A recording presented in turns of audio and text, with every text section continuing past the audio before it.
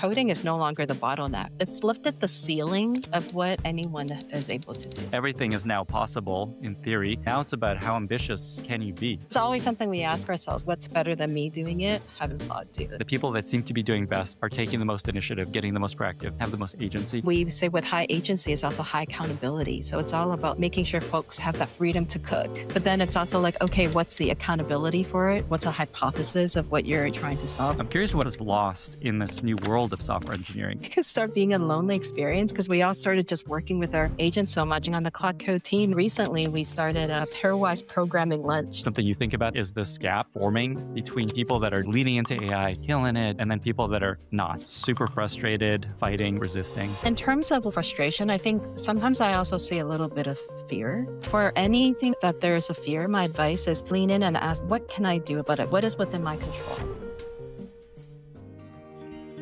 Today, my guest is Fiona Fung. Fiona leads the teams behind Claude Code and Cowork at Anthropic. She oversees both Boris Cherny and Kat Wu, both of whom have been on the podcast and whose episodes are in the top 10 most listened to episodes of all time. Before Anthropic at Microsoft, Fiona ran the teams that built TypeScript and Visual Studio. After that, she went to Facebook, where she started the Facebook Marketplace team, which she took from idea to launch. Today, Facebook Marketplace generates over $100 billion in GMV every year. Also, while at Meta, she oversaw work on Meta's first smart glasses product, and then she helped build Orion, their first AR glasses product. Then she went to Instagram, where she led infrastructure, growth, integrity, and safety teams. While at Instagram and at Meta, she oversaw an org of over 500 people. Fiona has been an engineer for over 25 years, and as a longtime engineering leader, especially now at Anthropic, she has such a unique lens into where things are heading, what's worth paying attention to, and what teams should be thinking about right now as AI transforms the world of building. A huge thank you to Kat Wu, Boris Cherny, and Mohammed Hegazi for suggesting topics and questions for this conversation. Before we get into it, don't forget to check out lennysproductpass.com for a free year of the hottest and most well-crafted AI products in the world, available exclusively to Lenny's newsletter subscribers. With that, I bring you Fiona Fung. Fiona, thank you so much for being here. Welcome to the podcast. Thanks so much for having me, Lenny. So I was at the Code with Claude event, a month ago at this point, and I went to your talk, and I was just like, holy shit, I got to get Fiona on this podcast. She's thinking so far ahead of where everybody else is going and where people are at with AI.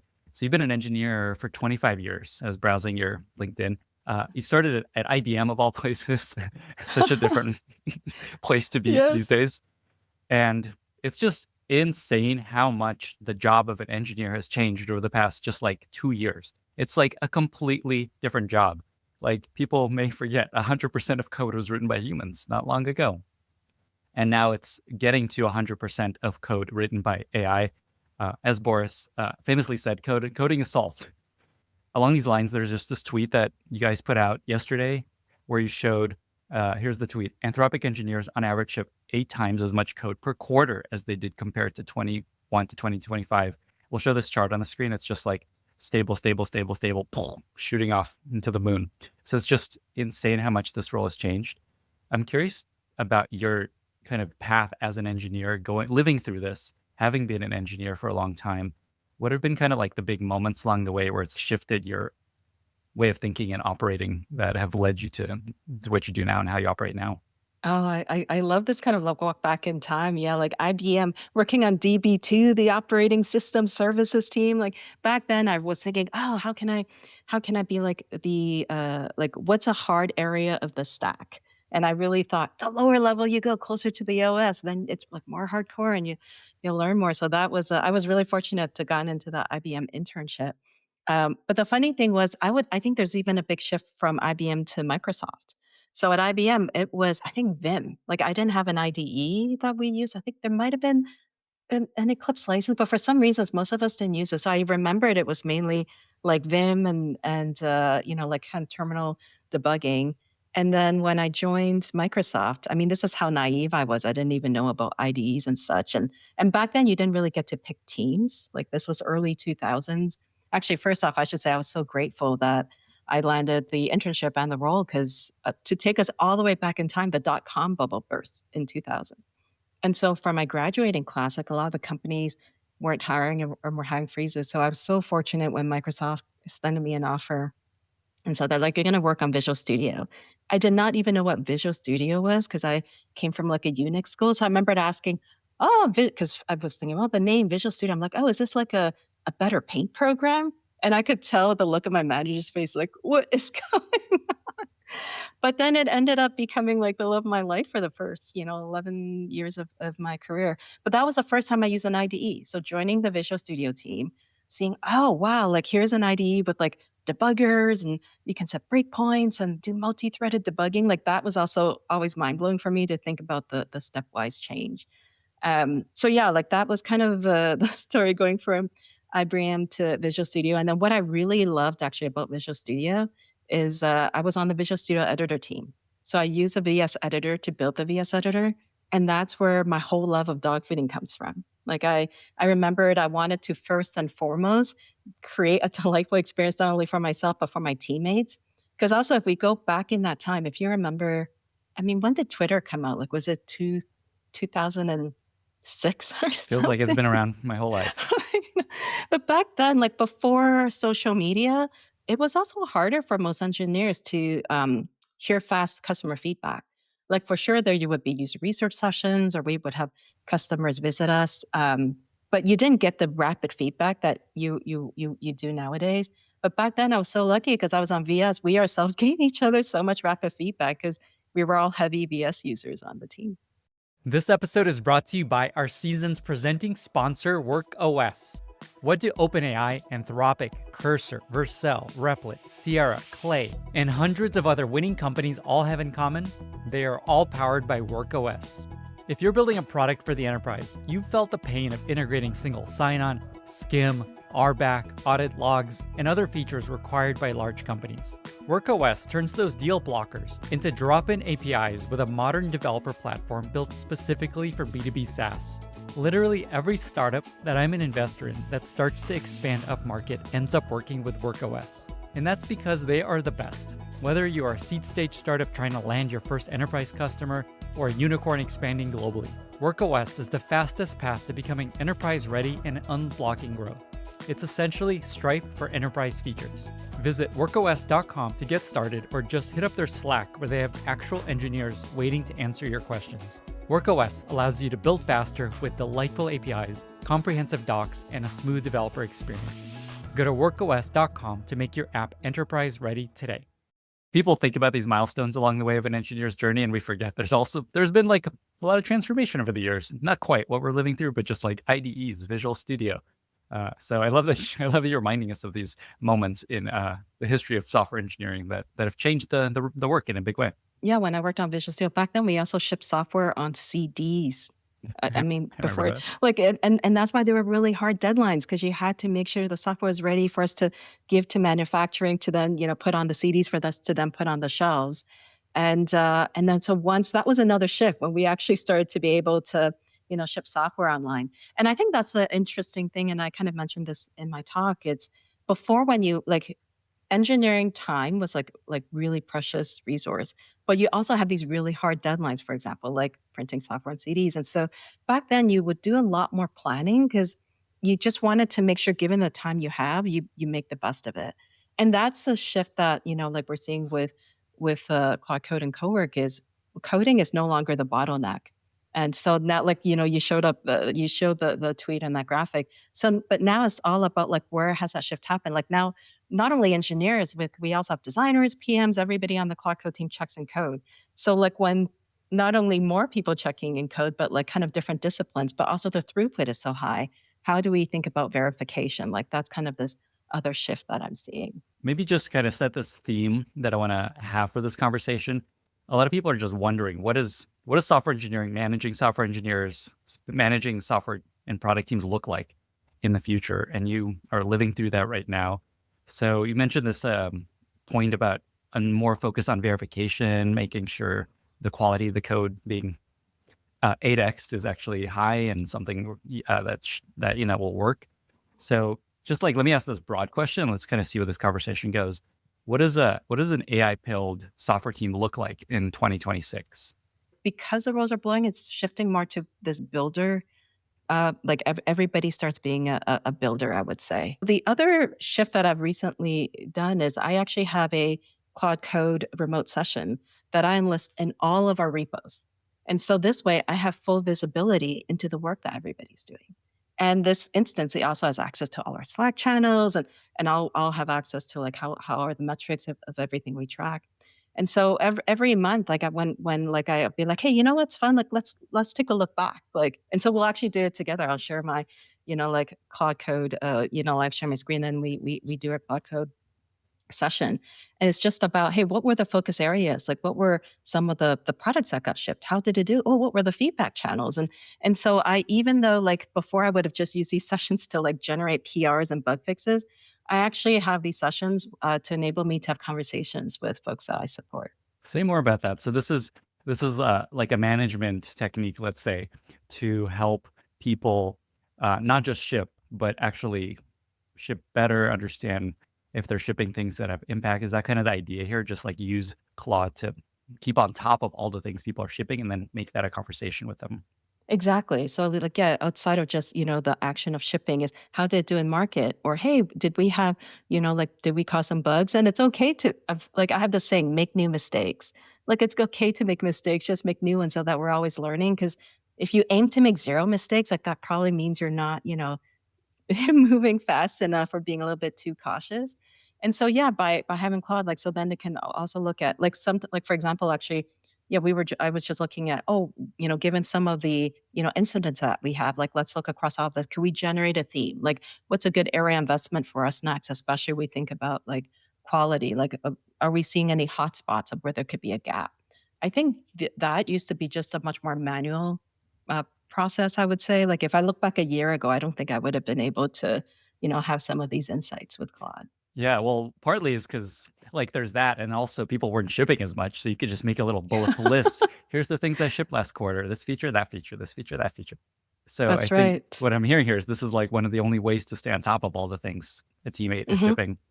So mhm. this is a really cool thread of just like how you found ways to stay on top of this 8x increase in code.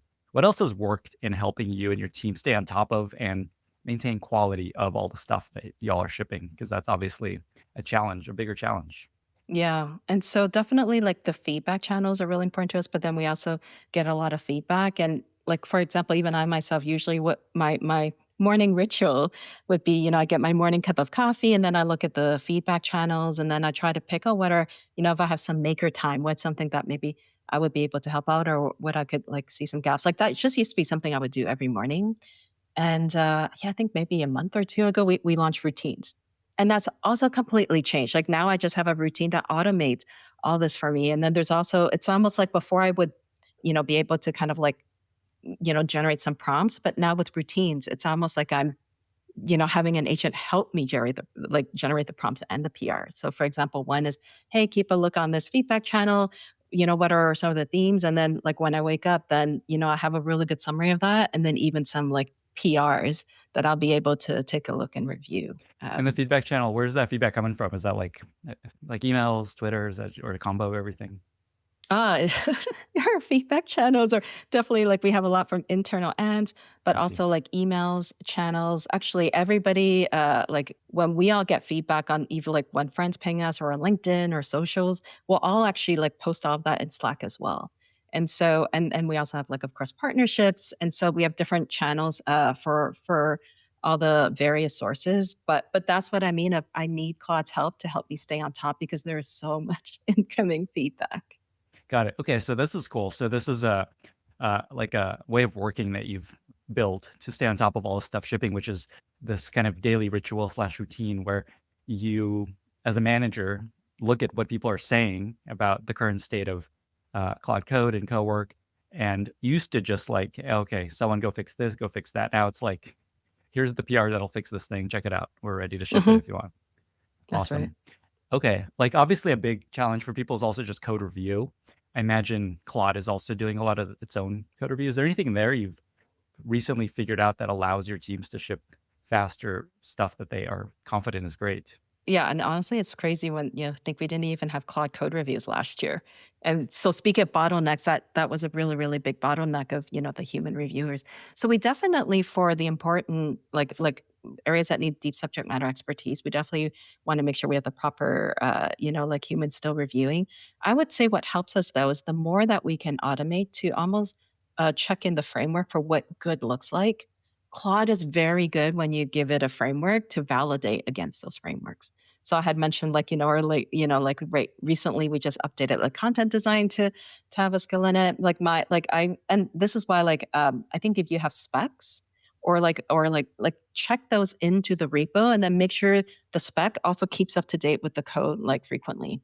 But that's what I found like works really well of any time you have like a statement of what good looks like, get that into the repo, and then code review can make sure it's still matching what you set up to do. And basically, it's like the evolution of test-driven development. Yes, for TDD, it's because I remember that was like a big thing, my gosh, maybe like in the 2000s of write the test first and then you can like make sure the test fails, then you do actually the code.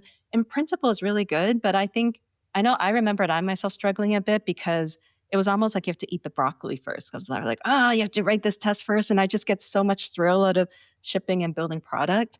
So it's funny. Actually, the first bug I fixed on Claude Code, I remember asking Claude, hey, I want to do test driven development. Help me write the test first, make sure it fails, and then we'll actually, do the fix. And then now the test pass. And the fact that that used to be, like that test generation used to just be this tax that I remember having to pay. Like the fact that that's now automated, and you can even revisit all these principles that have been around for a while, but now they actually might be even more efficient just because you have the models that can do more of the work for you. Yeah, like that's so unfair. It's just writes the test for you first. So on this point of builders, one of my favorite slides from your talk that I want to ask about is who you are hiring and what you look for in people. And so I'll read what you said there, and I want to hear more here. So the two profiles that you now look for when you're hiring are creative builders with product sense and deep systems experts for the hard parts. Yeah, the deep subject matter expertise. Like, for example, when I first joined Cloud Code, we had really great kind of like product generalists. And then I realized, oh, we were missing folks with systems background. And so that was definitely an area that we needed more folks with kind of like systems and distributed systems expertise.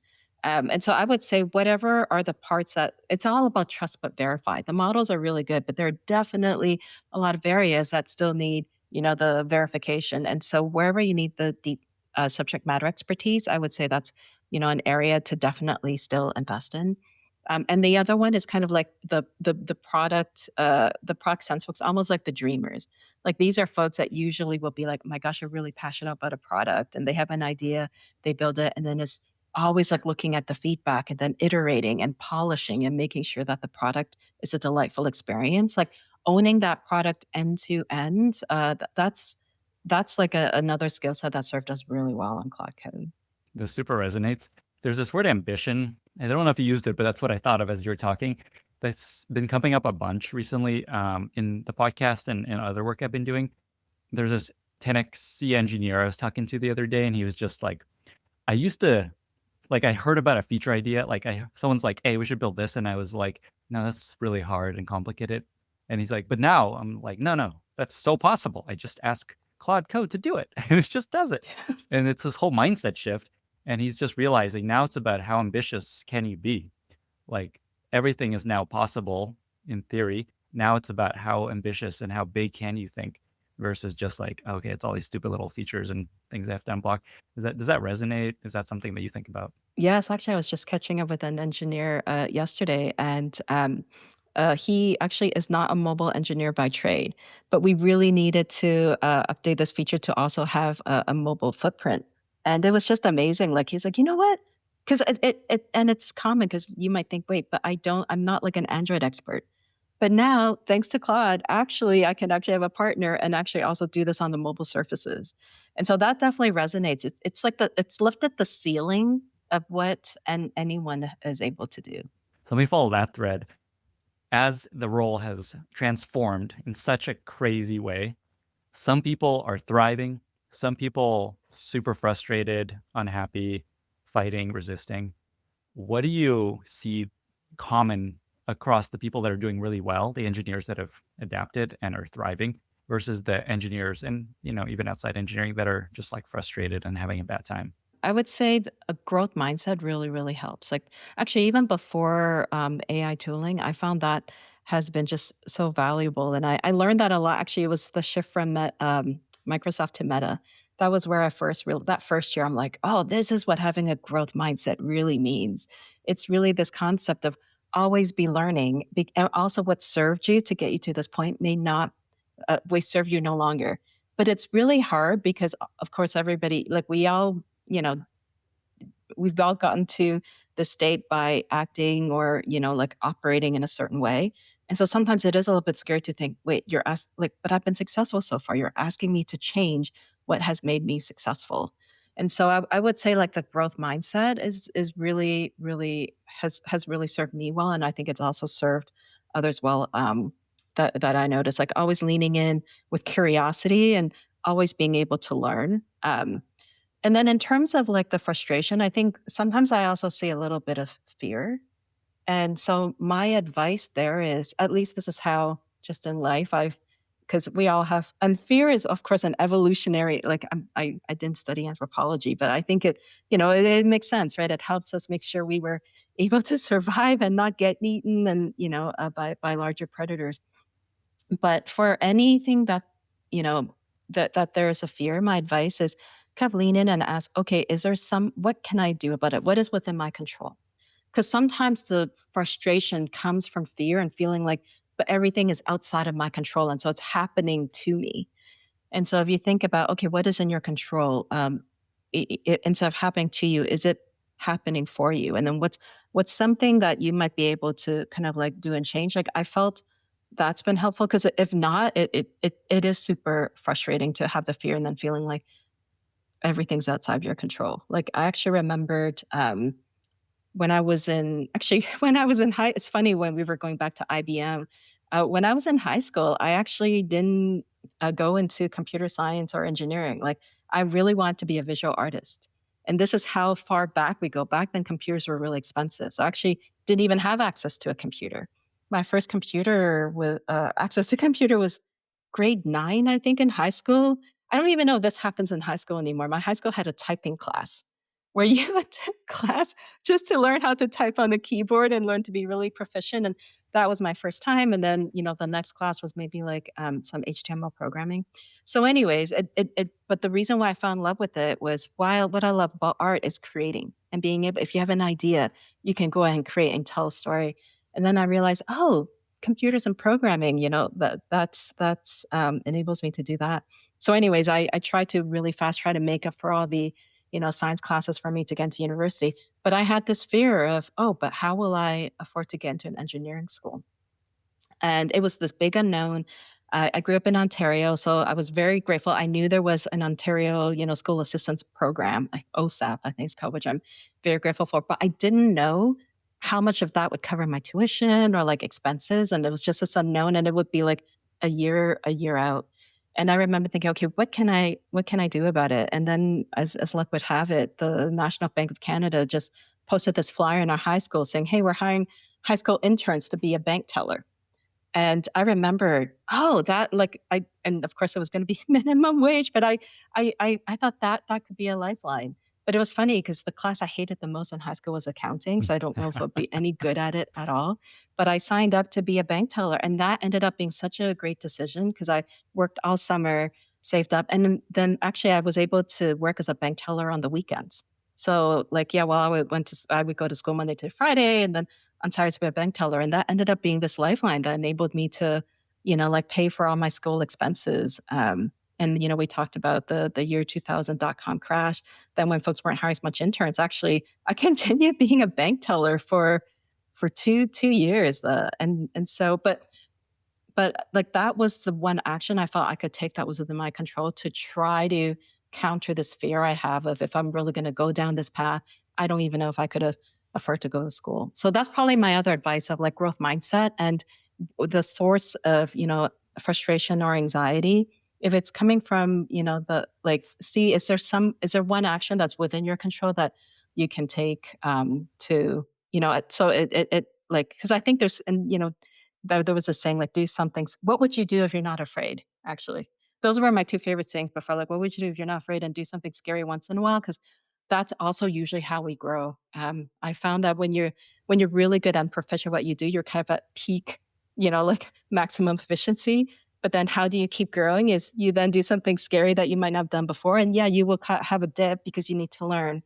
But that's kind of how you keep pushing yourself to learn. The quote that I have probably used the most on this podcast of all quotes is, "The cave you fear contains the treasure you seek." Oh, I love that. Yeah, and it's so true. Just like I forget who put this, but just the thing that is scariest is like that's a compass towards that's what you should be doing Mm, in I'm terms of I'm gonna career. steal your Like, quote. yeah, they please do. Like, there's like don't do all the scary things. Like maybe don't jump off a cliff, but maybe in career moves, it's probably a good choice.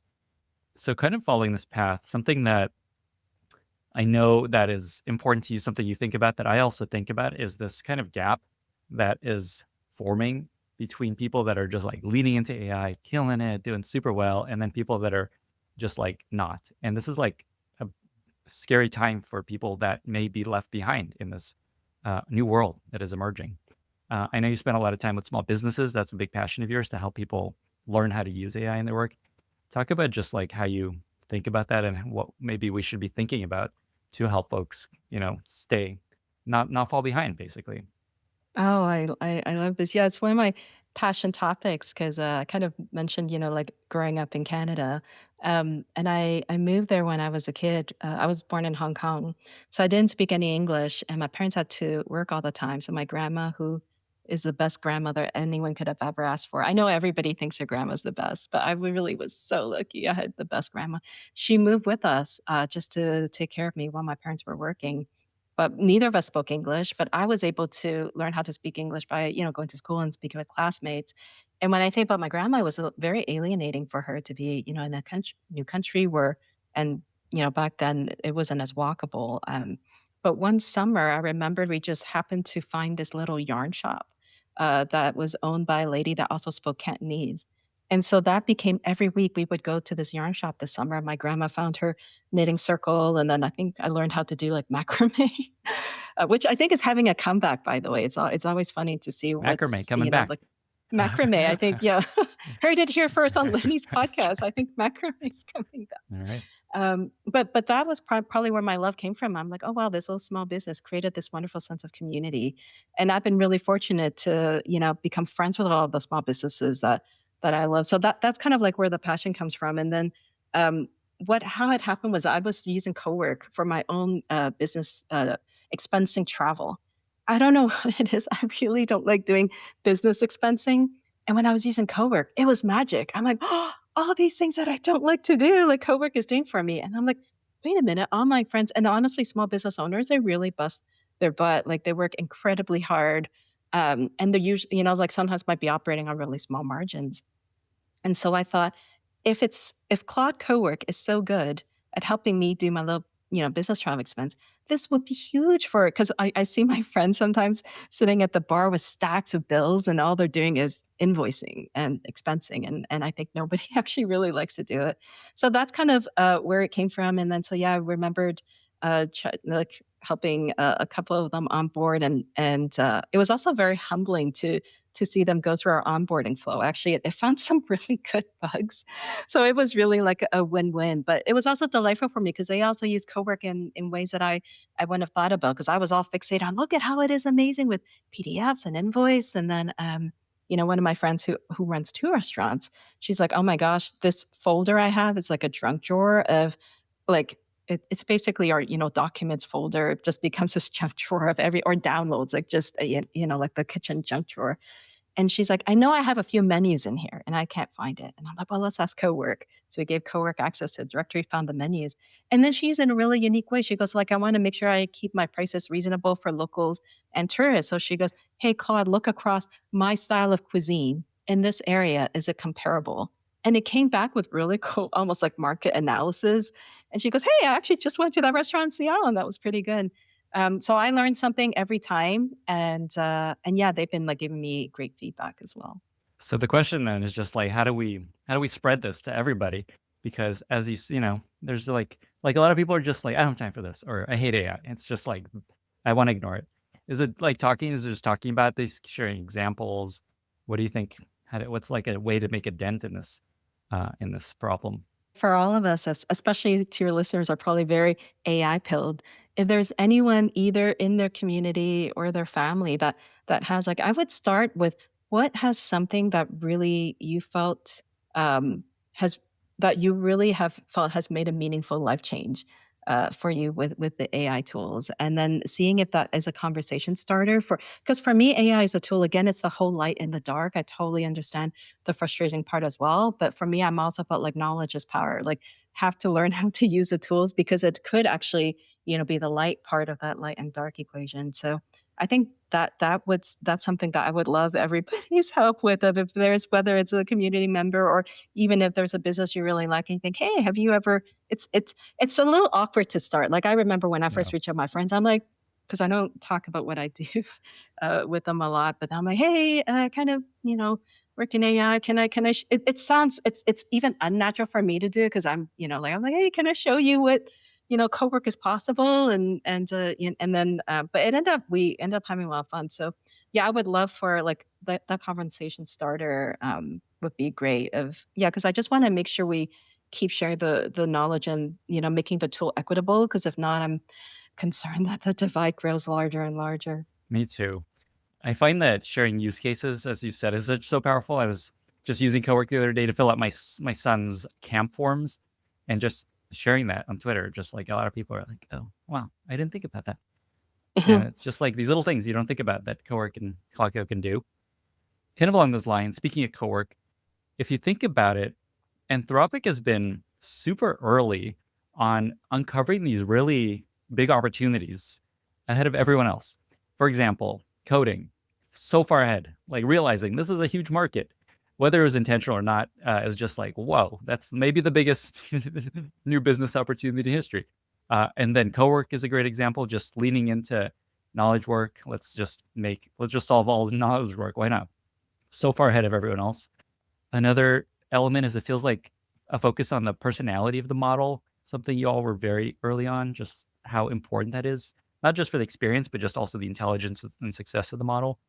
What is it that you think Anthropic and the teams do differently that allows you to uncover these opportunities and then just go big on them before other labs, let's say? Well, I haven't worked in any other labs, so I'm not sure how our labs operate, but I will share like, yeah, with and like actually on the Cloud Code team as well and co-work, like we also keep an eye on like latent demand. Now we're very fortunate with coding as a use case because so many ants that we were, like our own first customers and we're able to do like really rapid feedback and so I think but latent demand has been like a like for example like co-work we noticed hey a lot of folks that were not necessarily coders were we're using Cloud Code. Can we make that experience better? I think that's actually even outside of Anthropic that served me well in all the different products I've worked on. And actually, it's funny you mentioned like the Claude for my passion with small business. After I had a few of these visits, we ended up now launching Claude for small business which is really cool because I and it totally didn't come from me, so I'm not taking credit, but I Mm. noticed it too of, like, when I was working with and because they were asking me, "Oh, does it have this plugin or this plugin?" I'm like, "I think it does," and then we have to,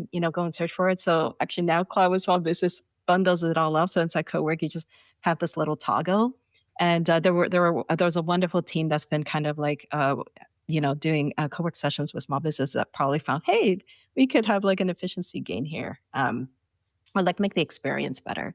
And so I would say like always, not only for products that you're on, like making sure you're always listening to feedback and always iterating, trying to make a delightful, reliable, high quality experience, but then also keeping an eye out for oh, what are these other use cases that are popping up, and can we also make that experience better? Um, it's interesting. Like after like in software, I've learned that customers will use your product in ways that you did not intend for good or for bad. And so the best way is really like it's all about that iteration, learn, and keep close to the feedback. Weight and demand. That term's come up a bunch on this podcast. There's something there. Might be something there. So essentially, it's just watching closely for behavior that you may not have expected or that is Mhm. just kind of emerging. and then just going big on that, essentially exploring Yeah. it, building something Yeah. awesome. And having a hypothesis for, hey, like, because actually, when you see people jumping through hoops to make something work, can you actually make that an even like a smoother and better experience? Yeah. Coming back to the way that your teams operate, you guys are so at the edge of what's possible, and the role of just engineering has changed so much. I'm curious what you think is the next kind of frontier of how engineering in particular is going to change. Is it like, I don't know, fleets of agents? Is it something else? Just like what's like the next big shift to how engineers operate that either you're already working on or implementing or just like is starting to happen? I would say we're shifting more towards like asynchronous. And so to your point, the fleets of agent, like that's why routines is so interesting. Cause almost like I used to be like, doing a prompt and synchronously. And then I would like maybe like kick off different prompts asynchronously. But now I can actually have a routine that actually generates, these prompts for me. So it's almost like the level of abstraction keeps pulling up a little bit. And so I would, yeah, I wish I have a crystal ball to see what this is going to look like. It'll be fun actually for you and me to revisit a year from now. No, I We want to hear s- more about this. This is so help us understand what is routines, and then what is when you say synchronous, you're writing a prompt and it just kind of goes off and is it writing it immediately? Talk about what this actually looks like. Good. Yeah. So routines is like how you can like. So if you remember, I was sharing about what I used to do is always like wake up with my morning cup of coffee and hey, look at through this Slack channel for me. But then now, like I have a routine that I set to run every morning at a certain It's like time a to cron say, job. hey, that's right. But then it's able to actually go and kick off agents on your behalf. Mm. And so that's because like that's what like in even before it would be, oh, you could like do a cron job to automate like, but now it's, hey, look at these feedback, and then if you're seeing some of these bugs, that what are some polish fixes that you might be able to knock out, and then it would like go kick off, and then I wake up and I end up having PRs that I could review versus before, which is still more of a I can have different agents, and then it's still I'm still thinking about, okay, now what do I do with this information? So it's like that higher level abstraction of, okay, now how can I actually write a routine that also basically does prompts for me for spawning different agents. So I think we'll move more towards that kind of like asynchronous style of working. So interesting. So, like in a sense, as a manager, you have these kind of things you do daily. And what you're saying here is you can set up these prompts that kind of check in every day on the things you would be doing, like how are the projects going? What's falling behind? What should I unblock? Who's struggling? What's how do I fix some improve some polish? And so the idea here, what you're describing here, is kind of write these things that you almost do as a manager daily, and have Claude essentially do them for you, and then show you here's what I'm doing. Or here's what there's to review And then it's even like then giving even more autonomy at some point of, hey, you know what, like go for it. Like if, for example, if and just ship verification it. is really good, Yeah, go for I it. see. So you give it like a little bit of freedom to do more of this. Yeah. Okay, that is so interesting. That reminds me, speaking on this idea of go for it, I don't like I wasn't planning to talk about this, but I just watched Tyler Cohen had this awesome talk about just like what's happening. I don't know if you know Tyler Cohen is really smart dude, economist as a podcast. And he just had like there's so much talk of the people that are doing best in this world. Uh, his term is initiative. They have initiative. Another term people use agency. Is that something just like, people hear this a lot, just like the people that seem to be doing best are taking the most initiative, getting the most proactive, have the most agency. Does that kind of spark any thoughts to you, just what people may need to, I don't know, think about or improve on? Actually, that's agent. It's I love that word agency. That's what we really hold important on the Claude Code and co-work team. But it's interesting. I say along with high because like we really it's about like, hey, here's a problem, and then it's really everybody on the team has ideas for how to address the problem. So it's really high agency, and then we say with high agency is also high accountability. So it's all about like making sure folks have that freedom to cook. But then it's also like, okay, what's the accountability for it as well? And that's where and again it goes back to like what's a hypothesis of what you're like trying to solve. So I think yeah, the balance, like, or almost like two sides of the same kind of agency and then accountability, I think has served our team really well. It's such an important element of a agency. Okay, cool. Everyone's off doing stuff, but okay, what have you busted up? What have you done? So kind of along those lines, it feels like there's this vibe shift recently from token maxing, just go crazy, spend as much as possible, just see what's possible, to like, wait, what are we actually getting out of this? How much is it costing? What's the ROI? Interestingly, Boris was actually like head of Edge productivity at Meta. That was like his job, is measuring Edge productivity. And and then also just this like tweet of lines per code, like code shift. Like there's this like interesting discussion of just how do you actually measure productivity increase and ROI of AI tools in spend. How do you like, you guys have the unfair advantage of getting free tokens working in Anthropic. With that in mind, what what have you learned about just how to measure, say, ROI of engineers in today's world? This end productivity is such a fascinating topic. Yeah, because I remember, like even Boris mentioned, like, we'll first start with like lines of code and then that's throughput. And then I remembered once then there was a debate of, well, lines of code, this engineer had this crazy lines of code, but they just took some library and then just was porting it. So they checked it in. And then I was like, well, maybe it's significant lines of code. And then it's, well, but what if we're, updating our frameworks and now we're generating less code, but like the output's still the same. So now I was like, okay, maybe it's like time to land PR. Like, but it's very interesting if it's always been whichever metric, it's like if you're really focused on the out, like my advice here is one is output, like, is the output really going towards the outcome? Because yeah, like the token maxing, it's kind of like it's almost like the lines of code that we used to have, but I'm really much more about what is it that we're trying to do? Like all of this, there was another saying I really like, don't forsake motion for progress. Because if you're measuring like, like tool user usage, then you're measuring the action, but is it really making whatever the end outcome of yours like important? Um, and so I really try to zoom out and focus on what is the problem we're trying to solve. What's a good way to measure that? And then that's what we focus mostly on versus kind of like the productivity measurement. I would say though, like outside of metrics, especially if on teams as you're having more people adopt AI tooling, I would say definitely go on a listening tour for the leaders listening to a podcast, especially I love to focus on the senior engineers as well, like hear from them on what's working, what's not, how can we actually make it better? Because they will also help you multiply and scale that out across a full engineering team. And sometimes it's those conversations where you might get spark an idea that comes up and also really good shared learning versus like metric dashboards. It's very interesting. I've learned some good lessons for metrics. I'm all about like it's really great when you have a metric that you can actually hill climb on, but always keep in mind of is, kind of my whole growth mindset of, is it still serving you? Always keep in mind, like, is that metric really still serving the outcome that you were aiming for? Like a fun example I have of this is in the early Facebook Marketplace days, we were kind of like launching by region, and we really wanted to make sure we're building a delightful product before we expand. And I remember in the early days, one thing we would keep an eye on is kind of like number of sellers. And I remembered after launching to our first region, I'm like, oh, in this area, the number of sellers is low, but actually people are finding items that they're looking for, which is what we're aiming for, like helping people find items that they need. And then I realized in that region, it wasn't large number of sellers, but there were power sellers.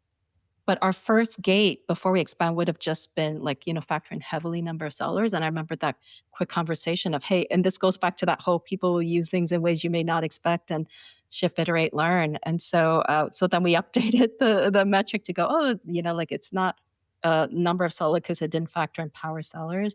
And so that's the advice I have too. Like whatever metric, whether for productivity or even for product, always keep an eye and make sure that you're not just having blinders on that's blindly following a metric that used to make sense because sometimes the landscape can change so fast.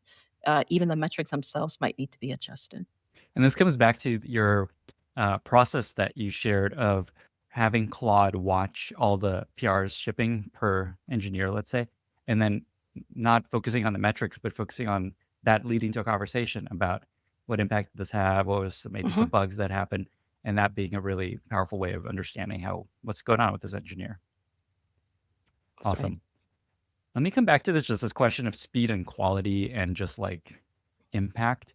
Uh, is there anything else you've learned about just how to balance those things? Just like this crazy velocity of code that's being generated and just staying on top of quality and impact. Is there anything else there that might be helpful to other teams that are trying to wrangle all these PRs being shipped every day? I would say, and this is what honestly we want to keep doing more of and being better at it too, like the proactive quality. So especially for quality, making sure that what are the experiences that are key, and making sure you actually, is actually speaking of metrics, those are really good things that you make sure you can like kind of like see trends over time. And so like on the quality front, we found like and this is like the more proactive we can be of like making sure we can get an earlier detection into quality, and so like that's been one thing that we've been paying a lot of attention to. Like, so, like, I started this, hey, let's have a concept of what's bad versus what's sad. And bad is like a very bad, irrecoverable error. And sad is something that's kind of like a pain point recoverable. But it's interesting when you stack up sads, it could, generally go to bad. But even having a, like, starting with a high level framework like that, and because if not, like, I think sometimes with dashboards, you can have, like time to load or all these other, but when you're dealing with a lot of different product surfaces, it's harder to go, wait, is that a good number or not a good number? And so one thing that's helped us is versus just raw, like performance or like reliability numbers, also having some framework of what we think is, like a bad experience, and making sure we're focused on addressing those, and then also keeping an eye on where we're seeing in terms of the sad. I like That's that. I helped like us a little yeah, bit. I like the bad and sad. So these are kind of like thresholds of this is bad. Okay, this is serious. And this is in terms of like performance or failures or what sort of things are you measuring here? So for example, like we allow each team, like speaking of agency, so knowing that bad is like a really bad irrecoverable error, we enable each team of further surface areas, or it could be services that they lead. What is like, so for example, on CLI could be crash rates. Like a crash is pretty bad, you lost work. Mm.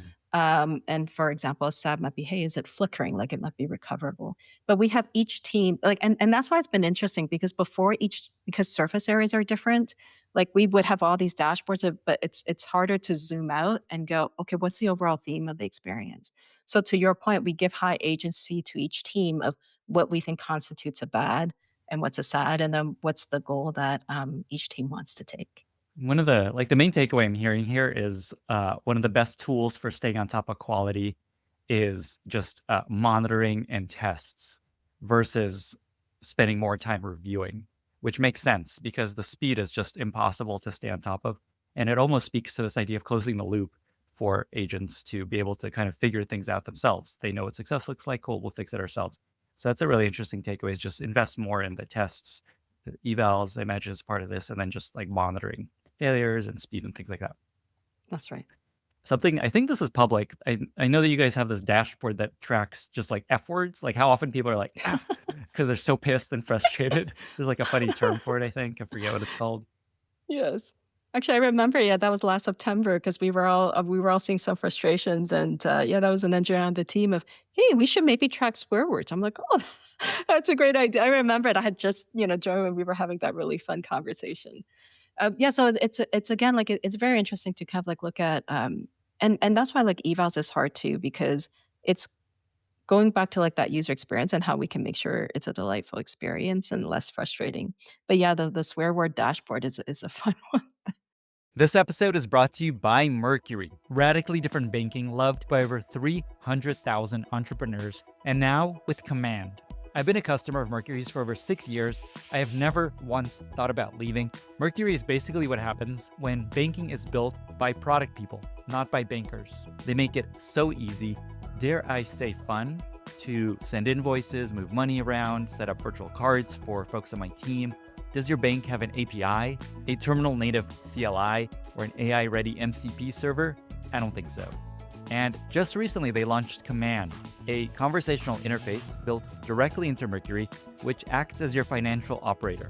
I've been using Command to transfer money around, to figure out what categories I've been spending the most money in, analyze my cash flows, and just today, I used it to find out how much I've made from a specific sponsor over the past year. I just asked, how much have I made from X over the past year? 10 seconds later, I have an answer. It is so freaking cool. Visit mercury.com to learn more and apply online in minutes. Mercury is a fintech company, not an FDIC insured bank. Banking services provided through Choice Financial Group and Column NA, members FDIC. Kind of going back to the way you operate and ways that you've figured out to work in this crazy new world that we're in. I've heard about a couple things that you've implemented that are pretty unique, I think, to how teams operate, and I think is something that has worked really well for you. One is making every manager start as an IC, and then just every manager has to continue being an IC part time, kind of this player coach approach. Talk about that, why that's so important in today's world. I love it. It's funny when I first joined, 'cause and I have amazing recruiting partners, and I noticed we were this whole theme of, kind of growth mindset, it's just because the landscape is changing so fast, like, what worked well before, like, may not make sense, and even what makes sense today may need to change tomorrow, right? Like, that's what I have to keep reminding myself. So, yeah, when I first joined, recruiters like, "Okay, yeah, we have these, couple, like, manager postings," and I'm like, because actually how it came from, like, a listening tour I did with, like, all the members on the team and I heard a lot of these, "Hey, I really appreciate the agency, but how can I make sure prioritization?"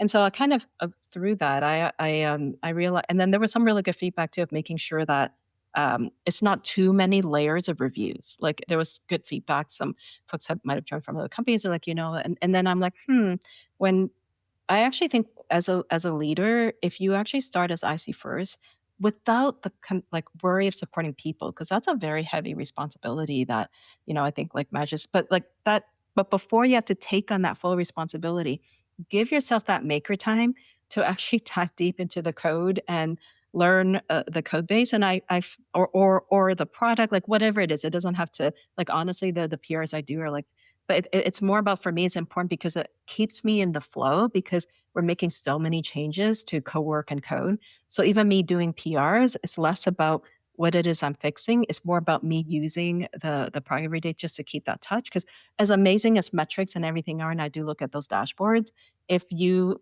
as a leader, if you're not, like living and breathing your product every day, you sometimes kind of like lose touch of the touch and feel of the product. But anyways, on the manager front, I think giving time for managers that join to be able to go deep and to do that before supporting people, and then they actually like end up building really great rapport with the team. Like because if not, I think sometimes as managers, you might come and join a new team and you instantly think, I have to manage. Let me dig into my manager toolbox and do managery things. But if you actually give yourself time to not have to worry about that first and actually learn what it's like to be an engineer and teammate on the team, that also goes really far, to building rapport. And in terms of, like, using the product, I think that's important. It's interesting, every team I've joined, one of the first actually, across all the different products, it could be VR, it could be smart glasses, it was, like, Instagram. Usually when I first joined, one comment that comes back to me is, "Hey, you know what? I really love how you're actually using what we build." It's refreshing to see, you giving user feedback, and so I think as leaders too, it's also a way for us to experience at the work, personally that the team does. Something that people may not realize, you were overseeing an org of like 500 people at Meta before you moved to Anthropic, right? And you moved to IC, IC engineer basically at Anthropic from that. I started out like it was for a very short amount Okay. of time, but actually this was my journey between Microsoft and Meta. So at Meta, I interviewed as a manager, but I think at least for the first quarter, I was also an IC because I really wanted to learn what it's like to be a Meta engineer. Because before then, I was at Microsoft, kind of like cut my teeth on engineering at Microsoft, so I knew all the code bases, the tools, the languages, and yeah, but it was so valuable to have those first months, like actually learn what it's like to ship as a meta engineer. Plus, it was also fun. Like I think sometimes we forget if we like, and but that's by the way what I love about Claude Code, because the last time I shipped production software at Meta was probably 2017, and every year I might start like I do a lot of dog fooding and a lot of like I also use dog fooding to help me like vet the quality of product as well. But it's been a very long time since I shipped production software. It's because part of it is I don't want to screw something up. Like I'm always so scared of what if I do something and then I cause a bug and then am I verifying everything properly or am I wasting someone's time? Because like also the tool flows would change. But I remember that first week on Claude, I'm like, at first I almost again went did my usual, let me go meet all the engineers and treat them to coffee, and I'm like, "Oh, wait, let me ask Claude." And so Claude was this really good onboarding buddy of mine because I was, like, curious about the code base, asking it questions, and then it also really, helped me, like, do the automated test, but I also want to still do some manual testing, and I asked Claude, "Hey, help me come up with like what's the way for me to manually test this to make sure I cover all the case." But all that then gives me confidence that okay, I can ship PRs again. And then I got like kind of more comfortable with it again. And so I've actually had a lot of friends reach out to me that have been managing for a while that's like, "Hey, I'm shipping code again thanks to Claude." And so but in general, it's yeah, like it's just important to me as leaders to make sure you're kind of like using the product that your team builds. It's so interesting that you are overseeing the team as an eng leader that is most changing the role of an engineer. It's such a meta role. Like the work of an engineer is transforming because of the software that you're building. One question along these lines is just, do you worry about engineers' skills to code atrophying from not actually writing code anymore? And does it even matter? Is this like something you think about? Is it a big deal? It's interesting because we actually have this, discussion on the team a bit, like, are there things that we miss? Or, like, actually, to your point, I'm always, like, thinking about, like, when someone's onboarding and ramping, like, you have Boris who hand rolled the code in the early days and, of course, now doesn't anymore, but he gained that knowledge from before because he was in the code base. So for especially all the engineers that join, I'm also like, make sure you're, like, taking the time too to all the work that you do, still get that understanding of the architecture or the change because it goes back to that trust but verify. Maybe one day it won't matter anymore, but at the pace that we're going, I actually still think understand like it's always double clicking on that layer that you depend on. Like maybe that to me is a meta. Like is it's always take that time to learn about your dependencies because this way when your dependencies change, like you're kind of like more aware, or you might not be taking advantage of changes to dependencies. So I think it's always about kind of like doing that double click. But the other thing that we found interesting on the Claude Code team is after a while we felt it could start being a lonely experience because we all started just working with our agents so much. So recently we started maybe like a pairwise programming lunch. Because what we also learned was on Claude Code, everybody uses Claude Code Cowork, everybody uses the flow so differently. And so we found that, wow, when we do pairwise programming, we actually learn so much from each other. And then the other thing too is we make sure that like we also have the maker time together too. So like for example, hackathons is another thing we really like to do just to make sure we're kind of like interacting together as a team.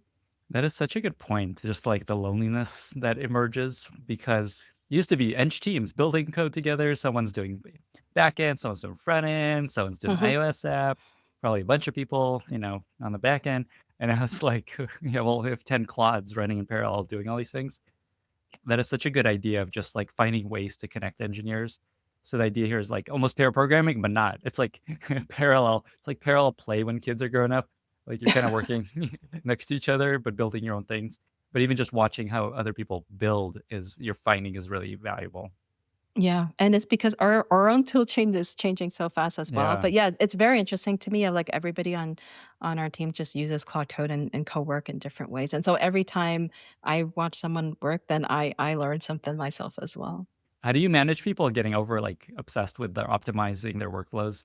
Is there anything you're just like, okay, it's fine, just just keep building? I haven't seen too many folks on our team. Like it's I think because everybody is just really excited about, either an architecture update that we think will be higher reliability or some product experience. So most folks like that's what we talk about a lot. Like, yeah, we don't it's fun lunchtime conversations, but I don't think we over All optimize right, all because right. there's no perfect Too much answer to do. There's actually. too much to do.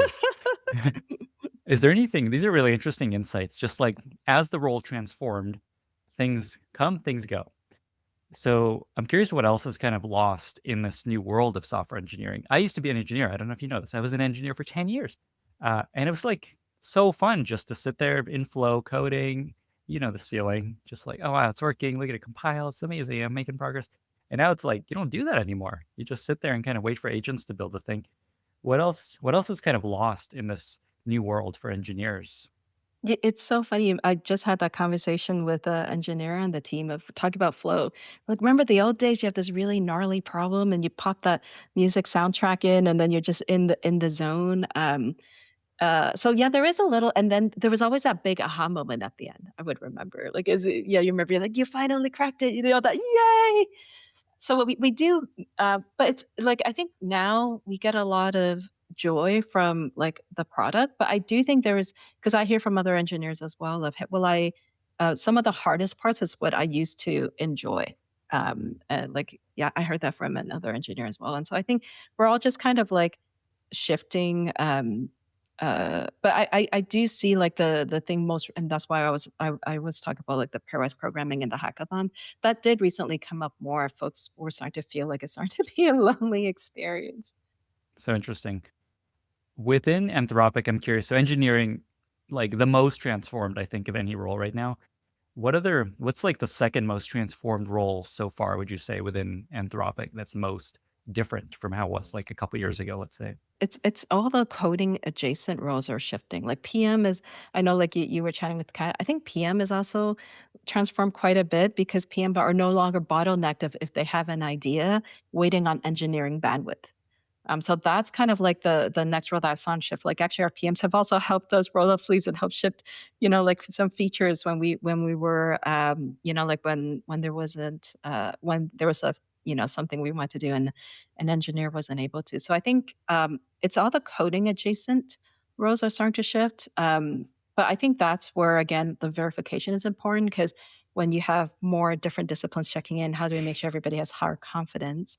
I also think we need to do more to keep automating these other portions of the workflows. Like for sure we focus a lot on coding, but next when you think about like design or data science, like those are starting to be the next areas that I think are good opportunities for us to see how we can, yeah, like uh start improving kind of the experiences there as well. Yeah, speaking of data science, I have a data science friend, and he was just saying how data science is so different now, where now most of their job is people doing their own like not amazing data science work using AI and then just like showing it to the data scientist. Here's the analysis I did. Can you just make sure it's right?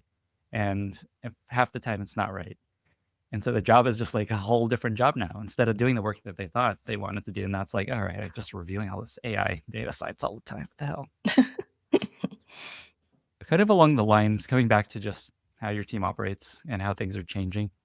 Let me see if something comes with this question. What should an engineering manager expect from their team now versus like a couple years ago? What's like a normal, I don't know, baseline expectation of how things should work? Is it other than just, we're shipping faster? Is there anything else?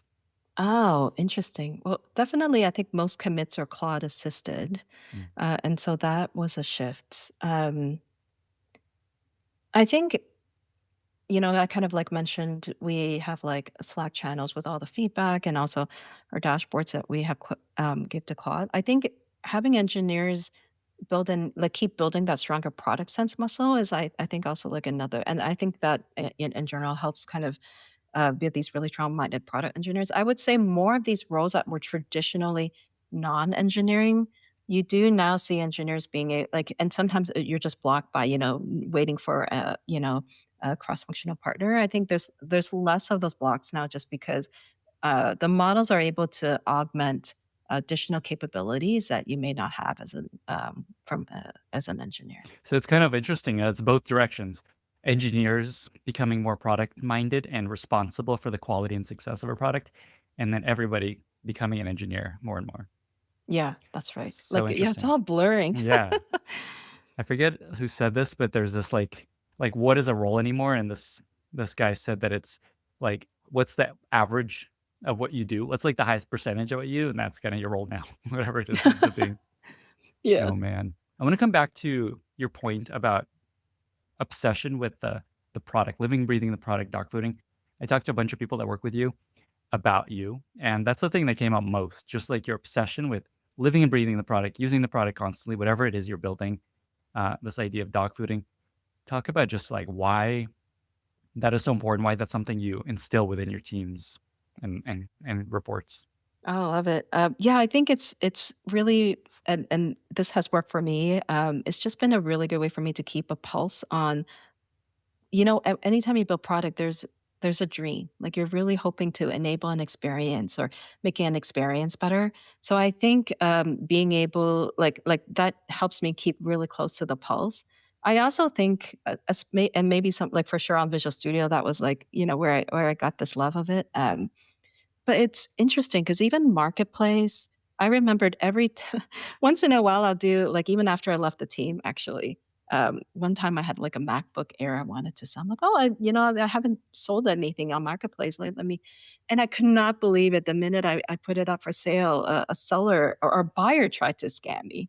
And it was an interesting, like new scam vector I didn't detect. And so, but that goes to again, like people will use your products in ways that you may not expect. And so especially as leaders or even like anyone on the team, we all have different like life like actually it's funny when I was supporting the VR and AR teams, somehow how I used VR, the setup, I would always be able to find these really weird floor height issues. So that ended up being I took a, like I'm gonna help us, like because somehow I got a good repro environment.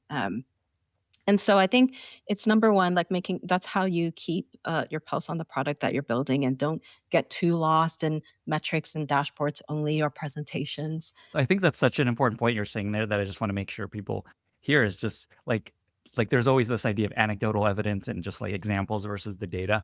And what you're saying here is as a product leader, as an engine leader, there you found a lot of success in like the anecdotes, the specific uh, little one-offs that you experience as a user versus like obsessing with the data only. Yeah, and actually sometimes it's also how I've been able to most effectively help the team. So, for example, the last team I was on, I was, leading a VR team, and because, like, back then the like, it would have been I was not I have not checked in any code into that code base just because I was really worried about, like, messing up the operating system. But what was a gap, we were doing a lot of polish fixes, and, I wanted to I'm like, "Hey, you know what? I'll use my dog fitting time to actually vet how the experience looks." And so that was also probably a way that I felt I could still meaningfully contribute to help hold the quality bar for the team.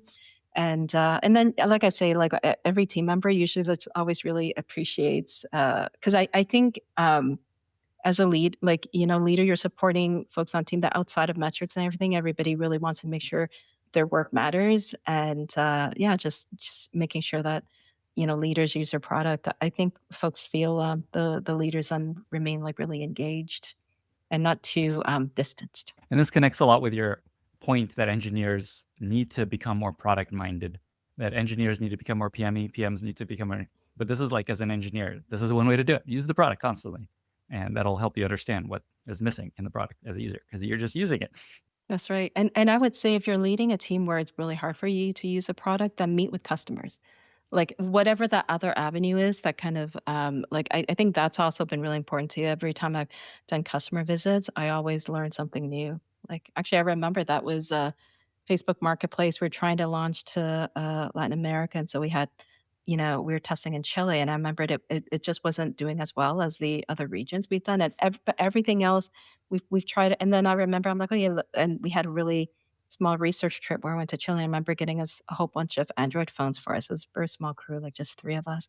And upon landing, and upon me opening up these Android phones, and I'm like, the LTE connection was much slower than what we were used to in the US. And so I'm like, oh, the marketplace feed didn't even load very well on these low LTE situations. What a growth This blocker. might be it. You can't even load. But again, that's why it's so important to always listen to customer feedback and get that fast feedback loop. I think it was Jeff Bezos that said if you have the data and you have an anecdote, trust the anecdote over the data, surprisingly. And that's a great example. Okay, just a couple more questions. One is in your talk, you had this really interesting slide at the end of what questions you're kind of thinking about right now that you haven't figured out how to solve with how much is changing. I'm going to read the three. I'm curious, just like if it's still these three, if there's anything else like current problems we need to figure out that we haven't solved in how we operate. What you shared in your talk was, do we still need separate iOS and Android orgs? How far do you push fully automated reviews? And with role blurring, how do you ensure everyone's equally productive? Still problems? Is there anything else that you're thinking about? Like, okay, we need to crack this. We haven't figured this out. The iOS Android one, like, I think we're still and actually, it's funny 'cause, speaking of, like, the deep expertise, we definitely feel that, it's really important to still bring on folks with those expertise, but we probably don't need, like, as large because people are flexing, so it's, again, making sure we have like, the Android and iOS experts, but then less of the larger kind of like a mobile or one per. And so, but again, that's still a balance that we're trying to figure out if do we have the right and enough expertise. The second one was sorry, what was the second one that I Oh was yeah, it is. How far do you push fully automated review? ah, yes. Actually, well, this is a fun one, like, with the content design check. I think we're looking for across all of it, like, how do you actually get what good looks like? And so I have and actually the verification is still one that I think, and that's kind of like the second and the third, that I think there's a lot more opportunities there for us.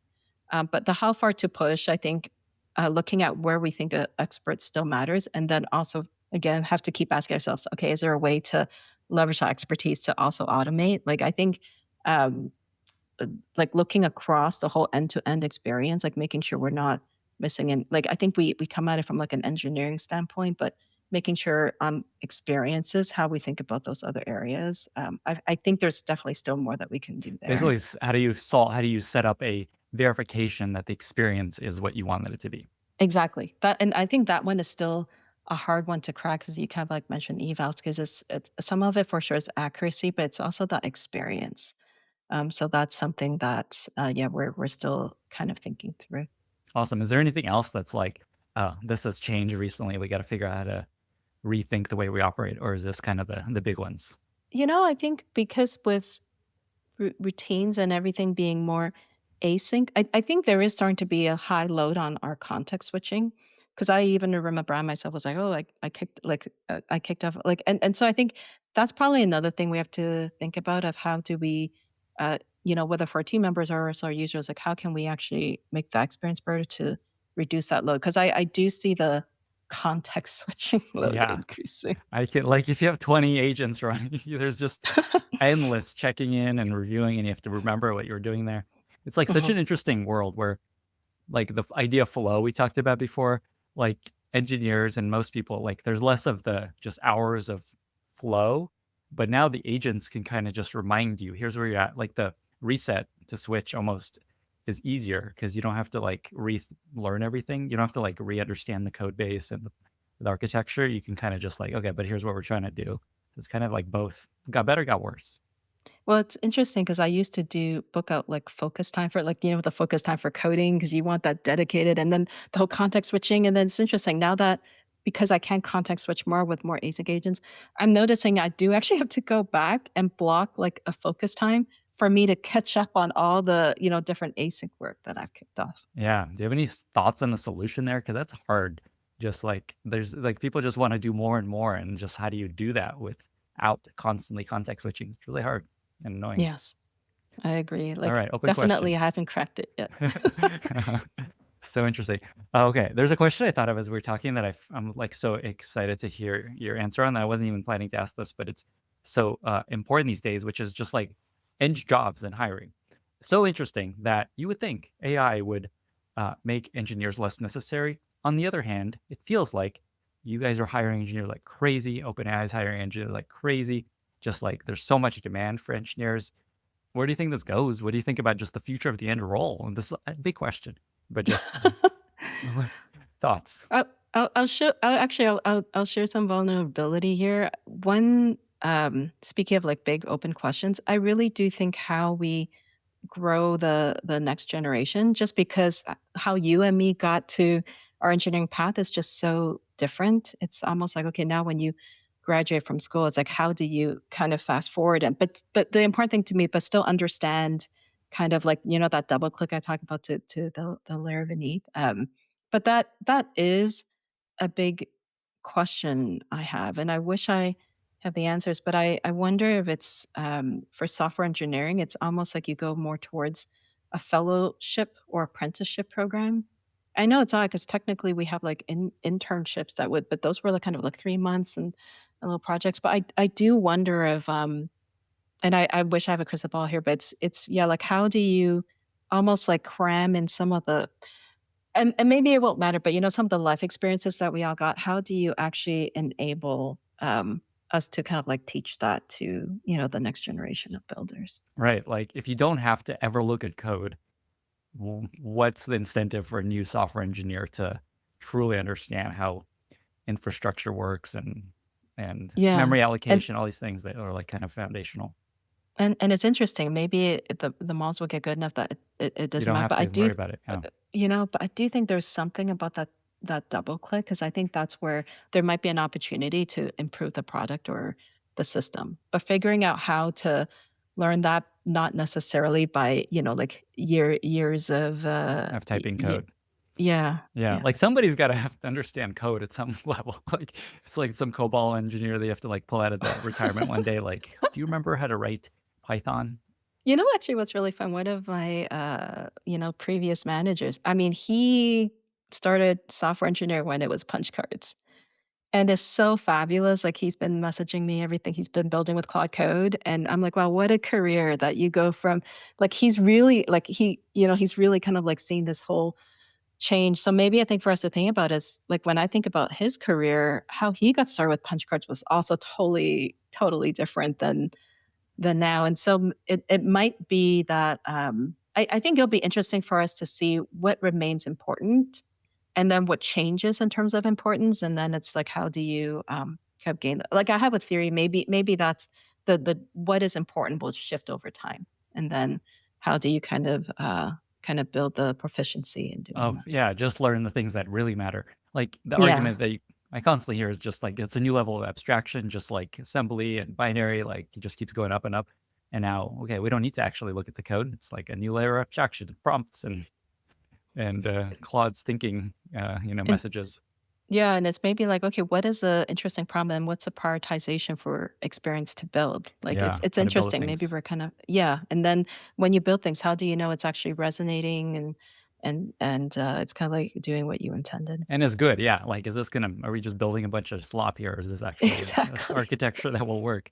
I think Yeah. the advantage, though, for young people is they are so it's so much easier to just to lean in and work in this new way versus being stuck in the way that things used to be. It's, like, rare. It's, like, amazing how many longtime engineers like yourself have adapted and embraced this. It's, like, so hard to just change everything. "Okay, let's do it."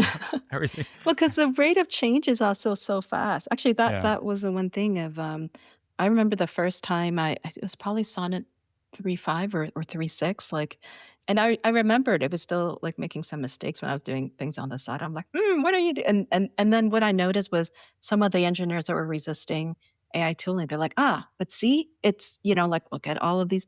But then I think it was hard to understand of how kind of like the exponential rate of improvements. And so, always and maybe that's another interesting thing that I myself am learning too. Like there might have been something I tried to automate that Claude wasn't quite good enough. And then actually in the next model, oh well, now it is good enough. So it's always also thinking about what may have not worked. Like it might be worth the time to revisit because that now might be a new capability. Yeah, that comes up a lot on this podcast. Just build something that is almost working, that is at the edge, because once the model gets there, you'll be so far ahead of everybody else. Okay, final question. You may have already answered this with what you just said, but what keeps you up at night? You know, the thing that keeps me up at night is probably it's how we so, we talked about kind of like Claude Code and cowork team culture. And the team culture is really important to me. Like it's the one team mentality. And I share with folks. And by the way, culture is like a living, breathing thing. It's not just a poster you slap on a wall, and it changes over time. And it shows up in how we treat each other, how we're there for each other. And so the culture of the team is important to me because we are growing and since the culture shifts, like making sure that maintaining the things that are important, that we still really like it's really important for me to have like diverse perspectives so then we can have, like good, healthy, open, honest debates out in the open and we kind of like welcome those and kind of what I call that one team mentality that when you get close to the finish line, look behind you and see is there someone from your team to help because we kind of finish as a team. That's probably the thing that keeps me up at night, and it's like, there's so many other hard problems, right? But I think maybe a lot of the other ones are product or engineering challenges that, yes, we have, like dashboards or theories or hypotheses, like, but, the culture is like a human aspect that is, like I think that's the one that I always wanna make sure that we're as we grow, we're still kind of like maintaining that culture because it is kind of like the fiber, of the team, and like when it starts drifting, it I'm always worried of it, like if it drifts, are we catching it and having conversations as a team together to make sure we're kind of all wanting the culture to grow in the right direction. Yeah, I imagine everybody is struggling with this, considering the pace of change and the pace of hiring. Just like, especially at a company like Anthropic, that's in this crazy, like the most unprecedented growth trajectory in history. I could see how that could be a challenge with so much change. So it makes sense. Like even at Airbnb when I was there, like that was quite a growth trajectory, and that was nothing like what you guys are going through. And that was a constant topic of conversation. How do we maintain the culture? Actually, I'm curious, what was your experience at Airbnb to maintain the culture as There's we're a growing? couple things. One is just what worked well is the founders being obsessed with it. Like Oh, every all hands, every big meeting is just like reminding of like the culture and the value of the culture and what the values are. Just the founders top down being obsessed with it was a really big part of it. You just like couldn't have a meeting without that coming up as a thing.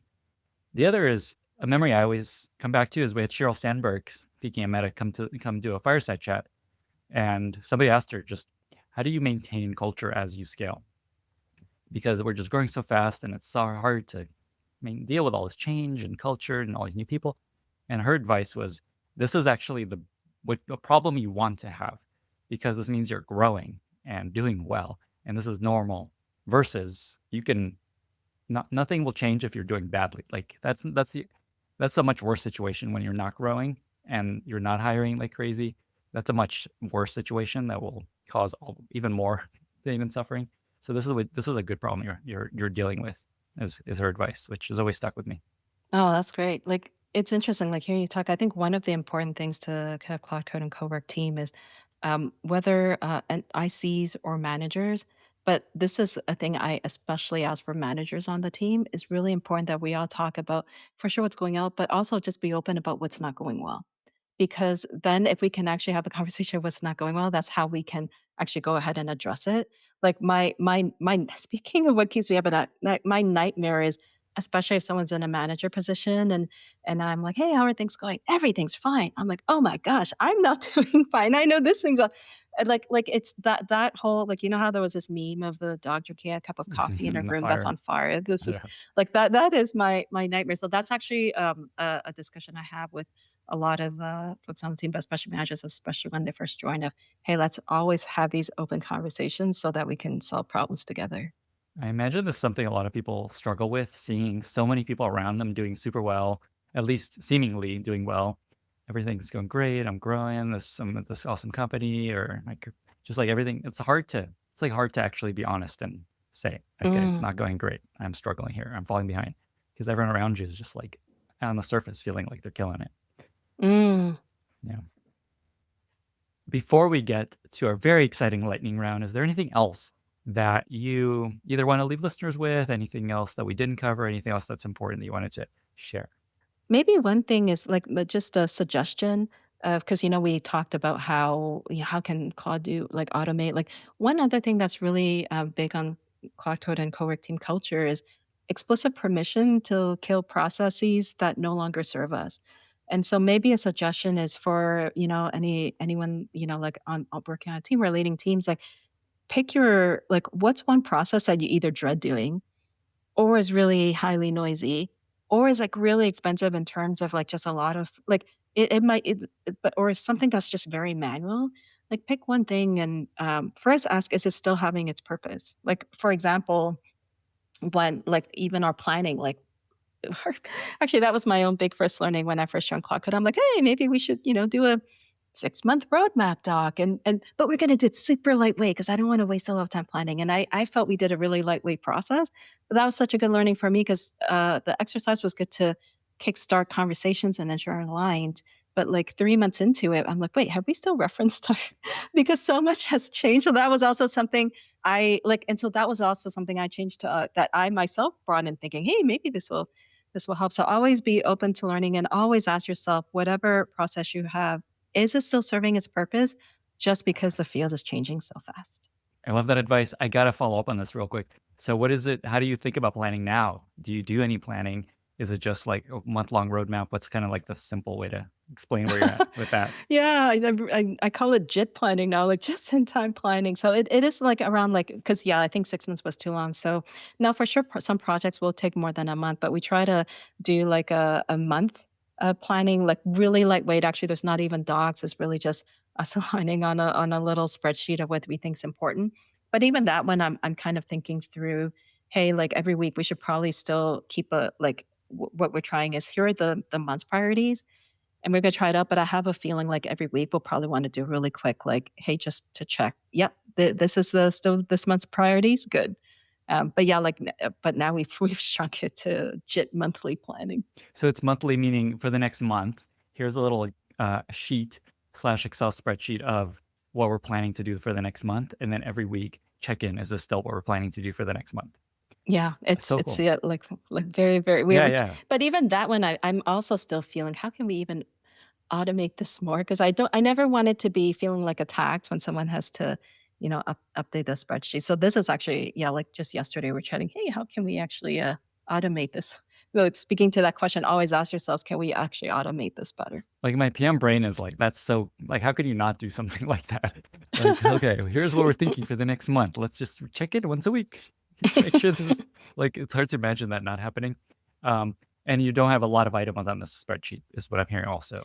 Yeah, like, we really try focus. So, like, we'll share out, like, here's what we think are the highest priorities, and Yeah. again, for that agency of given the priorities, then, like, everybody's, like, their kind of, like, item for how they think, addresses those priorities. Is there anything that's like, here's for the next like 6 months, bigger bets kind of stuff? Or is it just like, let's just think 1 month ahead?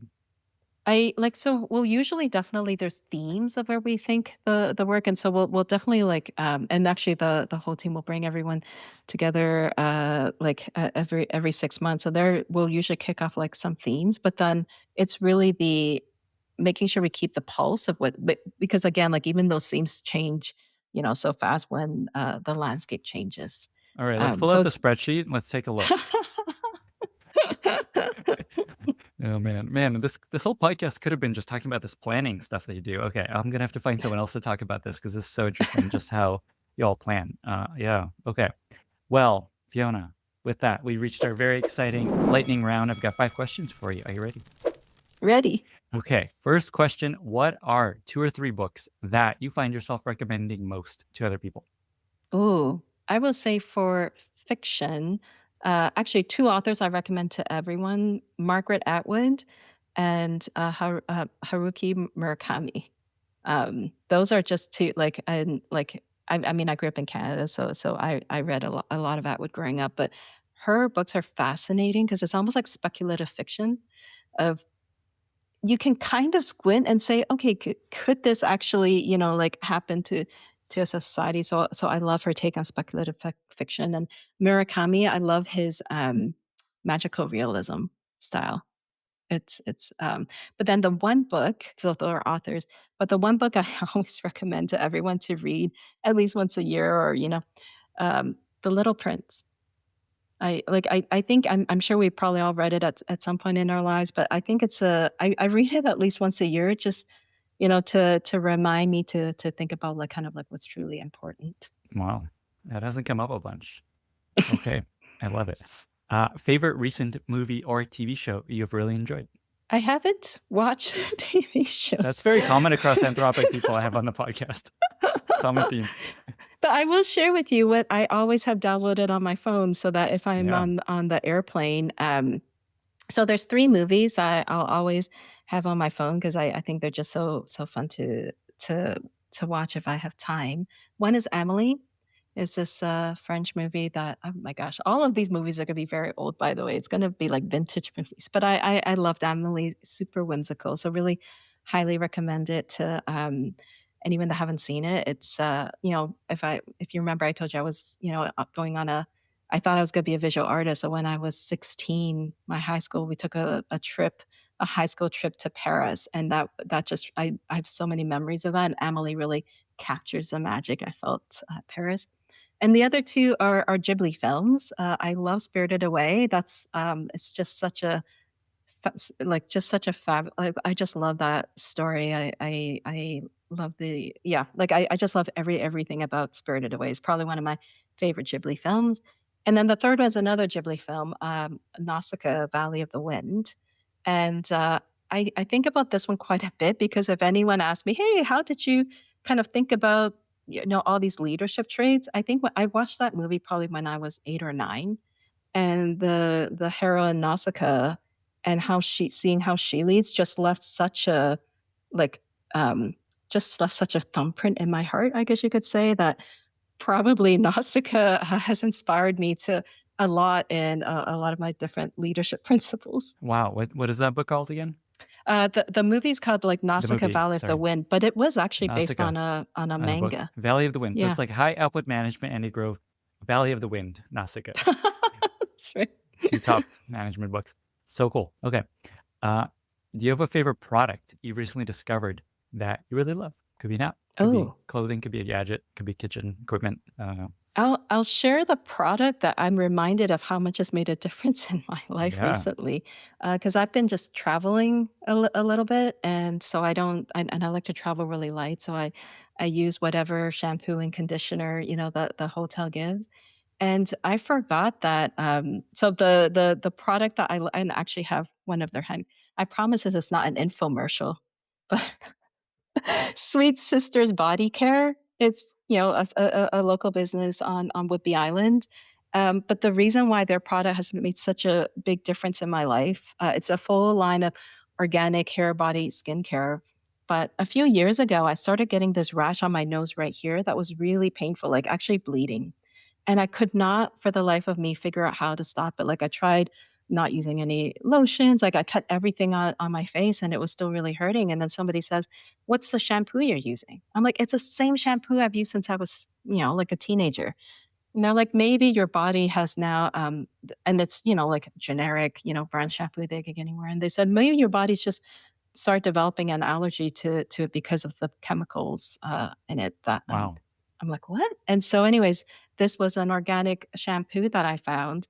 Lo and behold, I use our shampoo and then because you don't think that when you wash your Right. hair, it actually then, like goes over to the rest of your body. But so since then I've switched everything that I used to be Sweet Sisters. But I'm recently reminded of how important this is because after a week of hotel shampoo, I actually started having some skin reactions again. I'm like, maybe I should get like travel size bottles that I could bring with me. This is an awesome pick. I love local business picks, even big bonus points for that.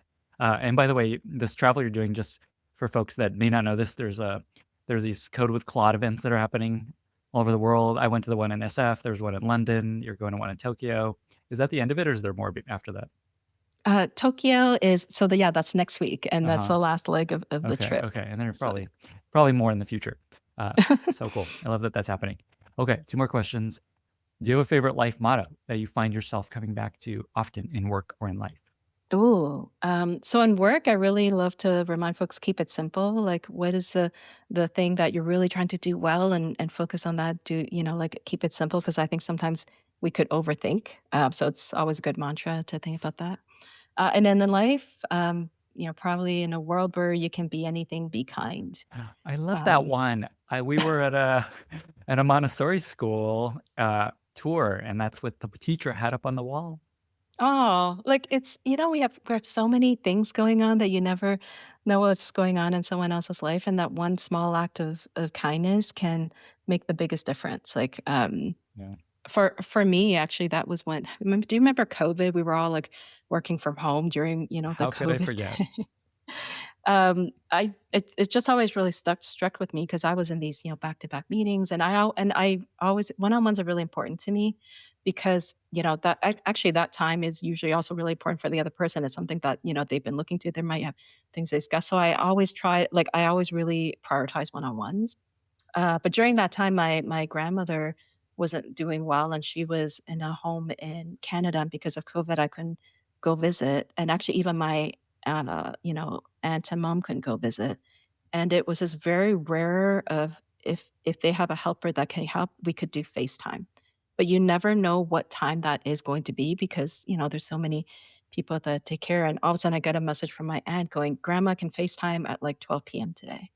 I'm like, "Oh, no, there's this one-on-one that I've been meaning to have," and I just messaged, my report to say, "I'm really, really sorry. It's so last minute. Is it okay to," and I know it now, it's when I say it, it doesn't seem like it's Right. a big thing because it's like, but to me, it's always really important to keep, but he was like, "Yeah, totally, no problem at all," and for me, that was just a small act of kindness. He doesn't and he totally didn't make it into a big deal, but that made the biggest difference to me that I got Mm. to, say hi to my grandmother on Oh, FaceTime. I love that. Okay, final question. So Boris Cherny, when asked him about you, when he had this interesting insight where he said, in very important meetings, you can often hear Fiona, you can hear the click clack of Fiona knitting in the background. uh, w- Maybe talk about just what's going on there and what are a couple things you knitted recently?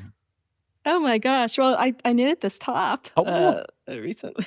you make your own clothing. Unreal. This is very meta for Claude Code building itself. Fiona We're making always your own a clothing. yeah, actually, there's this whole fun thing I think between knitting and programming, because it's kind of like 2 stitches, knit and a purl, so it's 0 and 1, and anyway, so many concepts of stacks and queues you actually could like, I'm kind of like a compiler, I'm kind of like, generating an executable when I knit. But I love that.